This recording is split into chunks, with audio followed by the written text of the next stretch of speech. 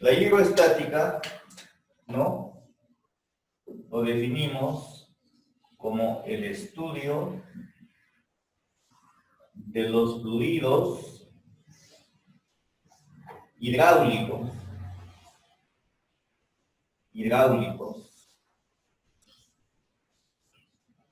en reposo o en equilibrio, ¿no? En equilibrio, mejor.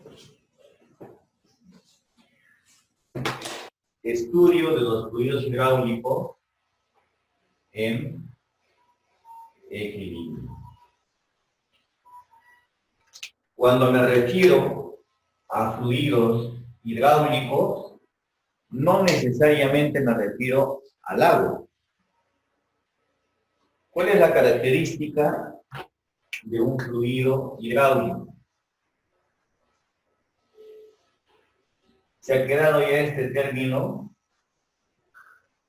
¿No? Para en realidad expresar la condición del fluido en cuanto a su naturaleza, de que pueda mantener una densidad, de que pueda mantener su densidad constante.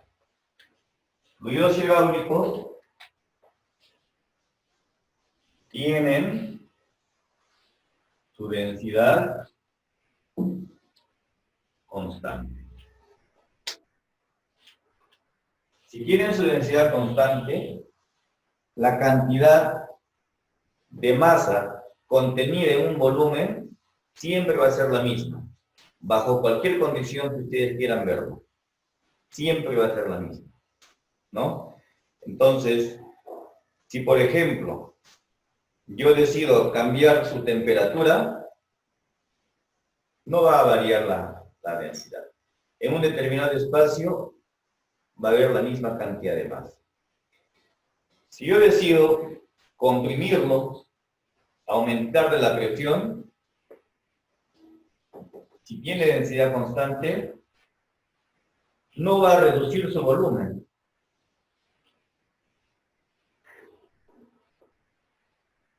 Y tampoco va a variar, obviamente, la cantidad de masa por unidad de volumen.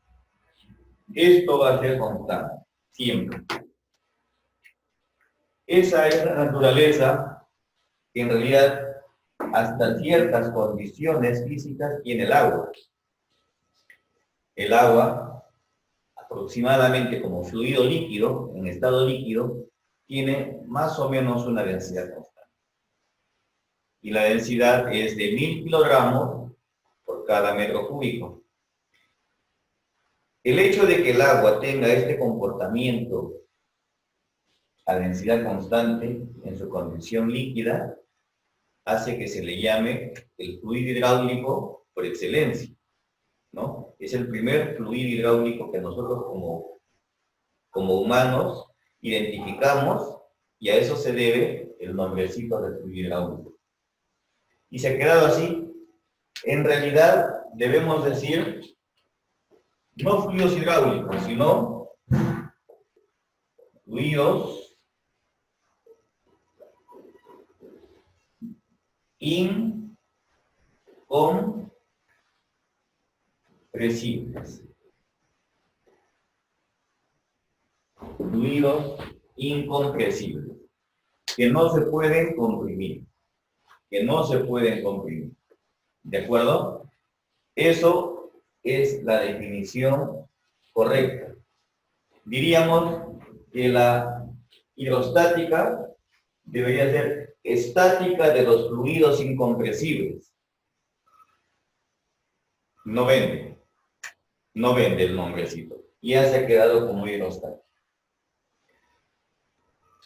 Alexander Vélez, consulta, o hago la pregunta. ¿Qué estudia la hidrostática? La hidrostática a los fluidos incompresibles. Estudia a los fluidos incompresibles en ¿Reposo? Muy bien, correcto, muchas gracias. Eso es turbina. Y debería llamarse estática de fluidos incomprensibles en realidad, ¿no? Hasta ahí espero que esté claro. Muy bien. En lo sucesivo, toda sustancia que nosotros identifiquemos que tiene una densidad constante dentro de cierto comportamiento, podemos decir que es un fluido hidráulico. Para que sea un fluido hidráulico, basta que tenga su densidad constante. Va a ser el requisito suficiente. Hay algunas aplicaciones, por ejemplo, incluso tratándose del aire, que lo aceptamos como un fluido hidráulico, como un fluido incompresible, en ciertas condiciones. Por ejemplo, ustedes que son ingenieros o van a ser ingenieros de minas, en los ventiladores que se utilizan, ¿no?, para transportar sustancia gaseosa, la densidad del aire detrás o delante del ventilador es básicamente la misma. En esas condiciones, pese a que no esté en equilibrio, el aire se puede aceptar que tiene un comportamiento de un fluido, comercialmente hablando, hidráulico. O sea, las sustancias gaseosas, fíjense ustedes, incluso dentro de ciertas condiciones, pueden aceptarse como un fluido hidráulico. Para no irnos muy lejos al comportamiento de los gases, y hablando del aire, en este momento, el aire que está rodeándome, puedo aceptar que está en reposo. ¿Sí? Dentro de esta habitación, el aire está en reposo. Y la densidad del aire, en este punto, allá donde está cayendo un poquito de sol, en la esquina, muy cerca de la lámpara, en fin, ¿tiene su densidad constante? Sí, sí, porque más o menos está a la misma presión y a la misma temperatura. Entonces, el aire, incluso en reposo, puedo yo aceptar que tiene una naturaleza de ser un fluido, en estas condiciones, de ser un fluido hidráulico. ¿Ya? Entonces, abramos un poco más el panorama, no necesariamente es un líquido. De hecho, que los líquidos por excelencia son los fluidos hidráulicos dentro de un mayor rango de presiones y de temperaturas, ¿no?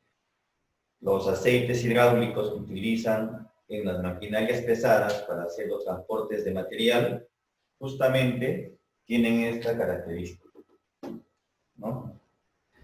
Hasta allí, para explicar el tema de lo que es un fluido hidráulico y de qué se trata la hidrostática.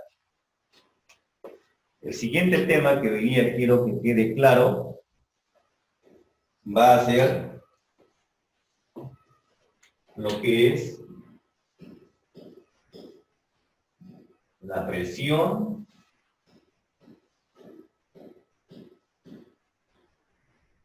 de fluidos en reposo.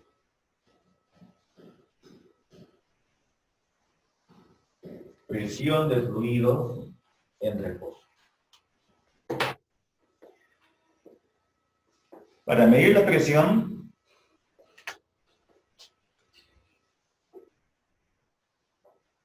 voy a colocar un recipiente al cual lo voy a llenar con una sustancia fluida, cualquiera que sea, para facilitar la comprensión. Digamos que esa sustancia es una sustancia líquida y lo dejamos en reposo. Y vamos a evaluar la presión en estas dos posiciones. En estas dos posiciones.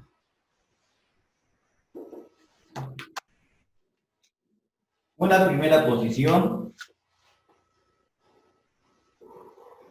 muy cerca de la superficie, poner una presión 1 y una segunda presión un poquito más alejada de la superficie.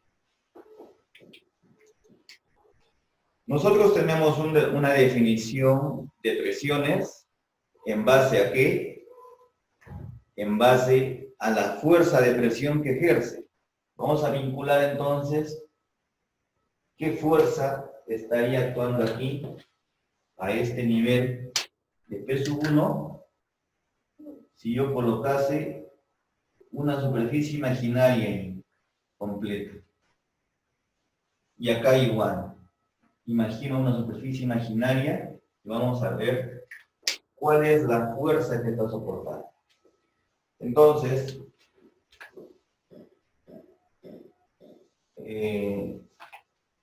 como está como distancias, está acotado como distancias, vamos a poner H1, H2, y acá voy a colocar como incógnita cuál es la presión en 1 y abajo cuál es la presión en 2.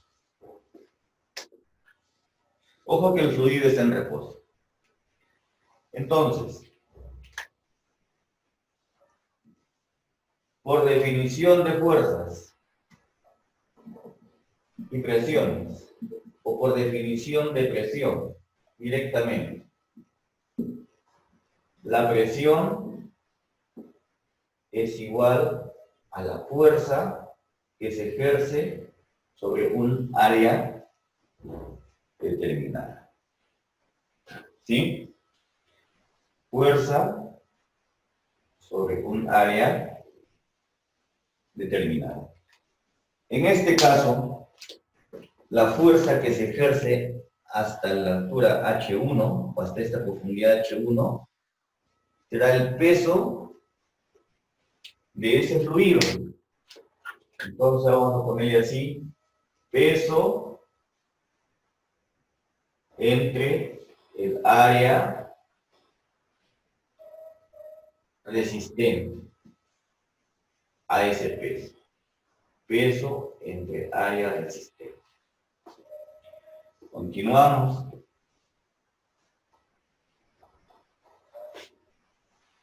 El peso será la masa del fluido multiplicada por la gravedad entre el área resistente.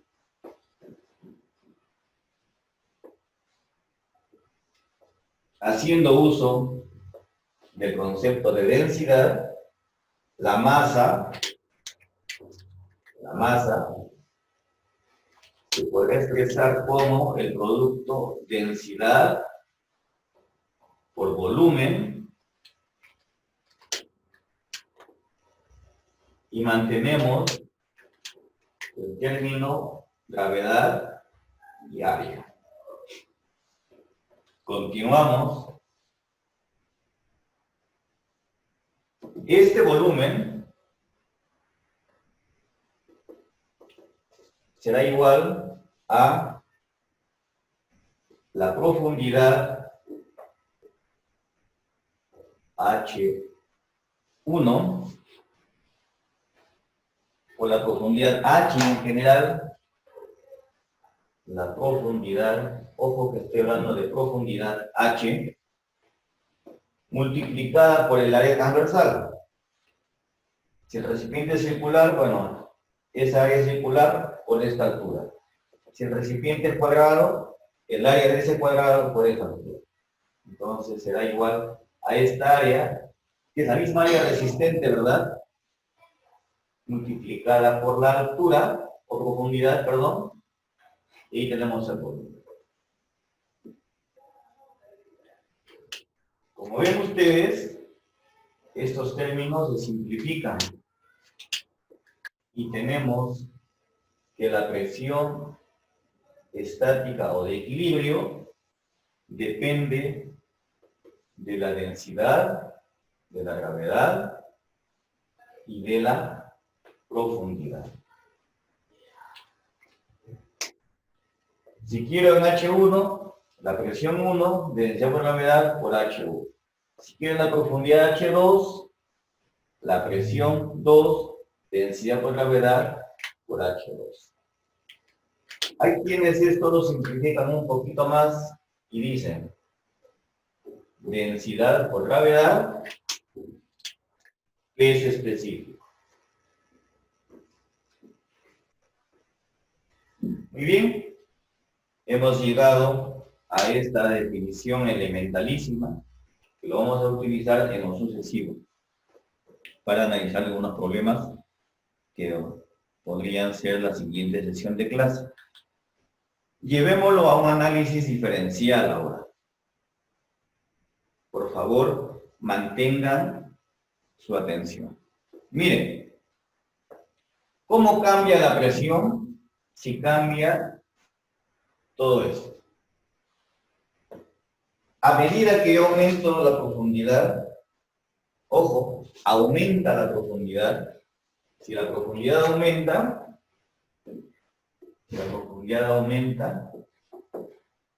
¿sí? Entonces, ¿qué pasa con la presión? La presión también aumenta. Entonces, la presión también aumenta. Si lo vemos como altura, Z, altura. Al revés. ¿Qué pasa si la altura aumenta? Para medir altura, pongámonos a partir de este punto una referencia hacia arriba y acá voy a ponerle Z como altura. Si aumenta la altura, hasta aquí, Z2 aumenta hasta Z1, ahora estoy midiendo desde abajo, ¿qué pasa con la presión? ¿Aumenta o disminuye? Brian, Aina.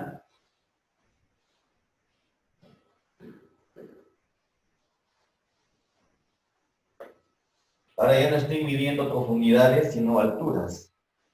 ¿Qué pasa con la presión si la altura aumenta? La presión disminuye. La presión Disminuye. en términos diferenciales, yo puedo decir ahora al revés, ¿no? Es proporcionalmente inverso, ¿no? O... Así es.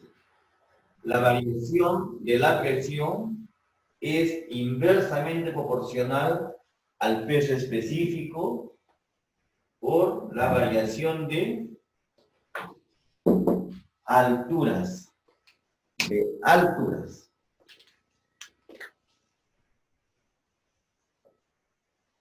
Fíjese que esta ecuación es válida para cualquier fluido hidráulico. Hay modelos muy interesantes de cómo se mide la presión a diferentes alturas para la atmósfera, por ejemplo, asumiendo que tiene un peso específico constante o una densidad constante. Y multiplicada por la gravedad será también un peso específico constante. He llegado desde la visión mucho más simple a una visión genérica. Y por favor, aquí este fluido, que para verlo mejor fue líquido, puede ser perfectamente un fluido gaseoso. Si nosotros tuviésemos esto como la columna de atmósfera, ¿no? La columna de aire, una columna de aire. A nivel del mar, la presión es alta por la gran masa que habría de columna de aire. Y a medida que subimos, la presión va a disminuir. A medida que estamos a mayor altura, la presión va a disminuir. ¿De acuerdo? Entonces, en las zonas altas, tenemos aquí muchos alumnos que vienen de la parte altoandina, y yo valoro mucho ese esfuerzo de esa gente, siempre mis mayores respetos a las personas que hacen más sacrificios. Ellos tienen una presión mucho más baja. Esta ecuación me vale para fluidos hidráulicos en general, de naturaleza líquida o de naturaleza gaseosa. Muy bien. El otro aspecto que yo puedo aprovechar ahora para terminar de hacer la discusión de la clase es el principio de Arquímedes. ¿Sí? Es el principio de Arquímedes.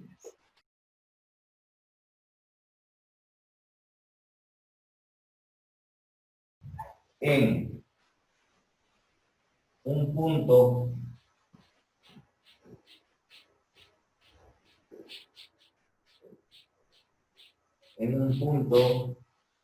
dentro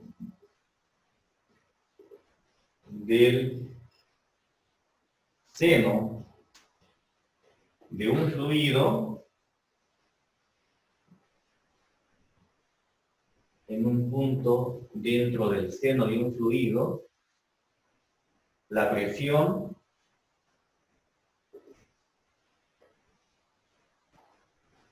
es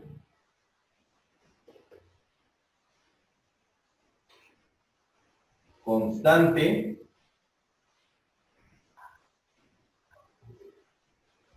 en cualquier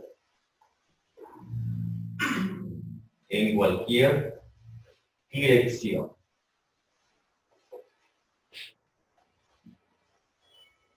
Que se la mira. Es decir, no tiene dirección, va a ser la misma. Se toma, entonces,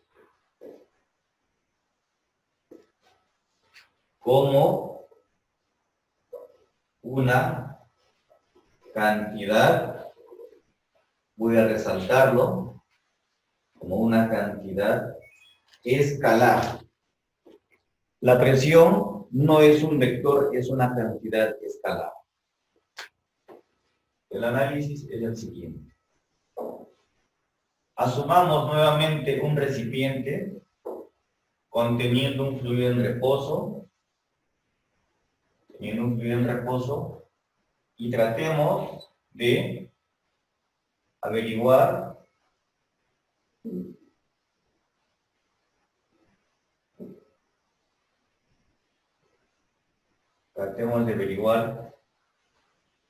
el valor de la fuerza,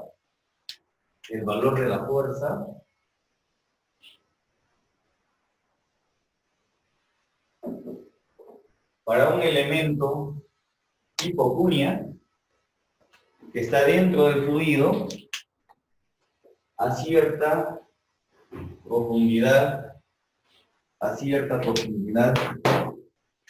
H,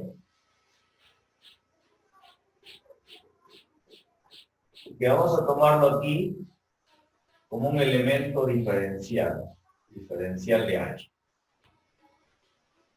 Entonces, acá concentrémonos en las fuerzas que están actuando en estas caras del fluido. En la cara de abajo, aceptemos que tengo una fuerza acá, que si fuese un vector sería la presión en H por el área inferior. Entonces aquí, digamos que este elemento tiene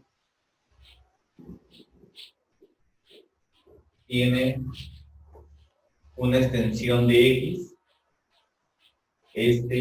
una extensión de Y, en XY. Entonces, el área para esta fuerza será de X por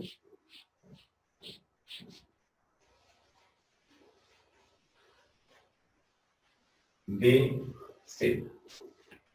X, Y hacia adentro de Z. Acá va a actuar otra fuerza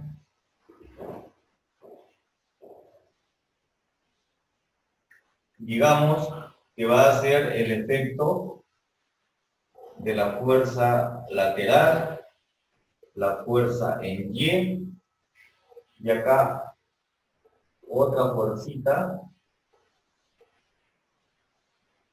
en X. Como vectores, eso sí existe, ¿no? Las fuerzas sí existen como vectores. Mejor lo analizamos como vectores. Repito, estoy analizando el efecto de la fuerza de empuje en este elemento. La fuerza aquí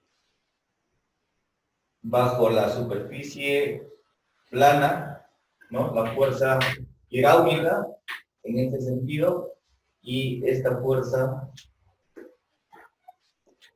que va a tender a llevar a este elemento diferencial hacia abajo. De todo lo que hemos estudiado, como es un elemento diferencial,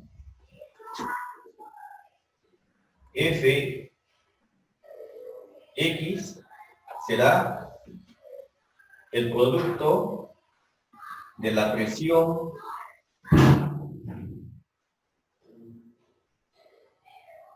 multiplicada por el área. El área lateral de esto sería de Y por dz. Una consulta, antes que siga. ¿Sí? La fuerza que va para abajo, o la fuerza, quiero saber cuál es el empuje hidrostático en este ejemplo. Fy. Fy, ya.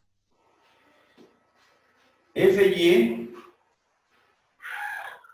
va a ser igual a la presión. Vamos a ponerle una presión, aceptando que sean diferentes, una presión 1, aquí una presión 2, para Fy sería dx por dz, ¿verdad? Y la fuerza lateral, Fl, va a ser, aceptando que las presiones son diferentes, una tercera presión por el área, que sería, acá pondríamos esta distancia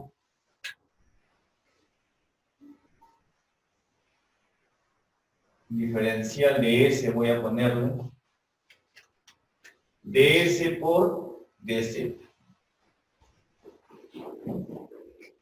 ds por d. Como están a una misma altura, ¿no? Como están a una misma altura, vean ustedes que las presiones básicamente van a ser las mismas, porque estoy tratando con un elemento diferencial, un punto. La otra observación importante va a ser esta. ¿Quién es de S? ¿O quién es de X? Perdón. ¿Quién es de X? De X es de S, acá tuviste un ángulo, coseno de alfa. De S, coseno de alfa. Eso es de X. ¿Y quién es de Y? Pues de Y, esta distancia del triángulo será la hipotenusa por seno del ángulo. De S por seno del ángulo. ¿Verdad? Entonces, si nosotros igualamos, o perdón, dividimos, si nosotros dividimos F, L,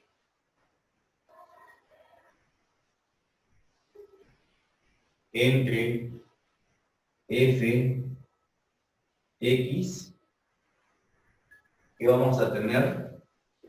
La presión por ds por dz entre Fx, la presión dy, ds, seno de alfa, que sería, ratito, Fx, P de y, correcto, y por dz.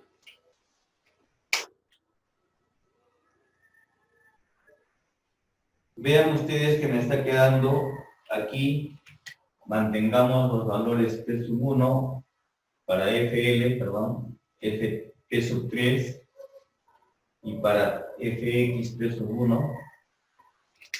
Vean ustedes de que estos se eliminan,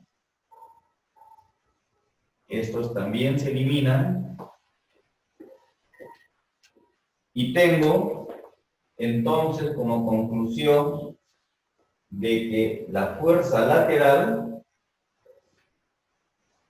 ¿no?, multiplicado por el seno de alfa es igual a Fx si P sub 3 es igual a P sub 1. Como es un elemento diferencial, estamos aceptando que esto sí se cumple.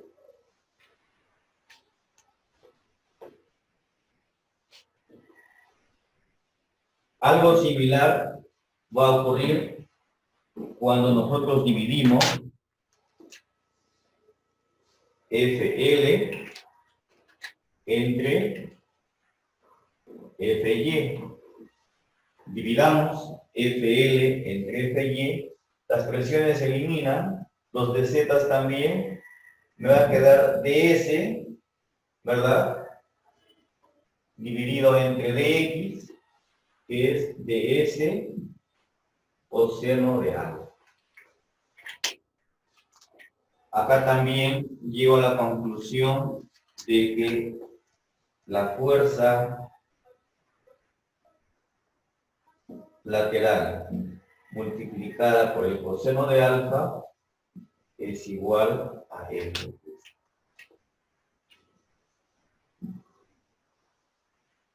¿Qué implica esto? Implica de que si la componente de FL en X es igual a la componente Fx, ¿no?, la componente en X de FL se contrarresta con esta fuerza, y la componente en Y de FL que está hacia abajo se contrarresta con FY que está hacia arriba, el equilibrio existe para ese punto genérico del fluido. Entonces, resumamos estos dos aquí. Fe, seno de alfa, es igual a F.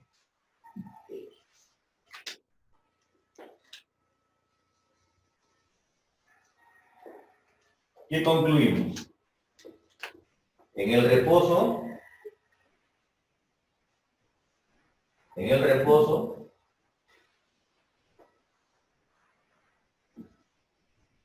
equilibrio de cualquier punto fluido, eso indica un reposo, ¿no? Lo que tenemos acá. La presión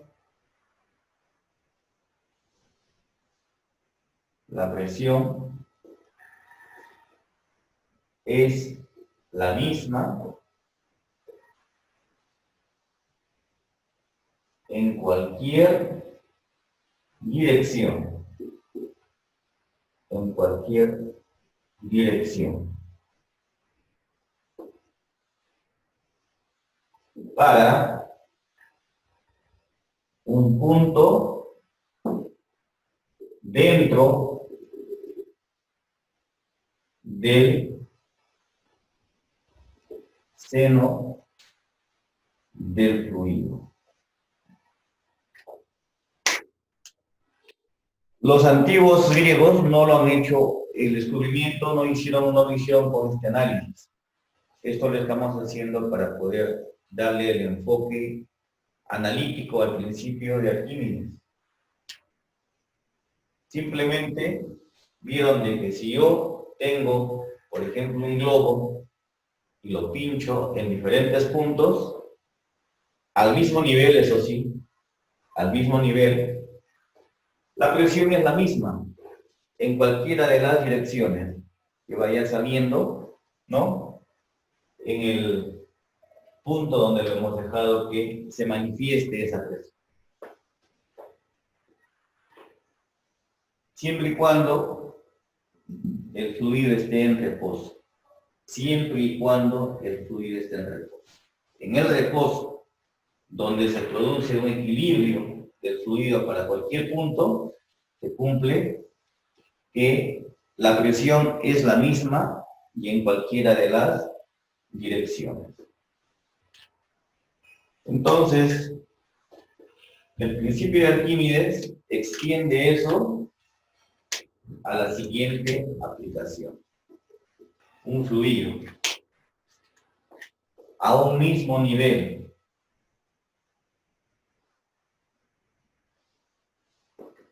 decimos que la presión es la misma y entonces nos atrevemos a hacer una aplicación indicando que si yo acá aplico una fuerza F pequeña,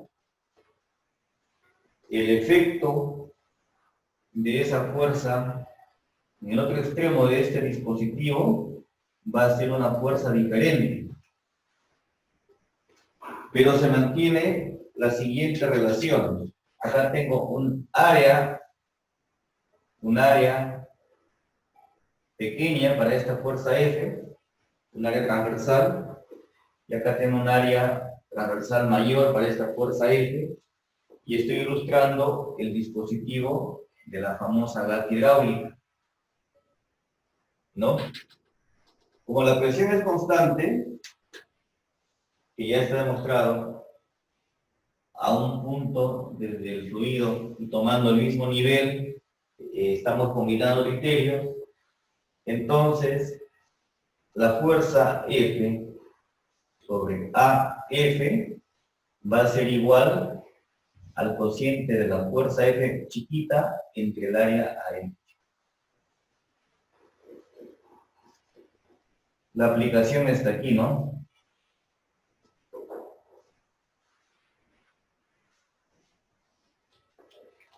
Esta fuerza va a incrementarse en relación a esta fuerza pequeña en la medida, ¿no?, proporcional a la variación de tamaños que tenga el área transversal. La relación de tamaños. Si esta área es el doble, esta fuerza será el doble. Esta área AF es el doble de AF minúscula, esta fuerza será el doble. Si esta área es 10 veces más grande que esta área pequeña, la fuerza resultante en el otro lado será 10 veces más grande.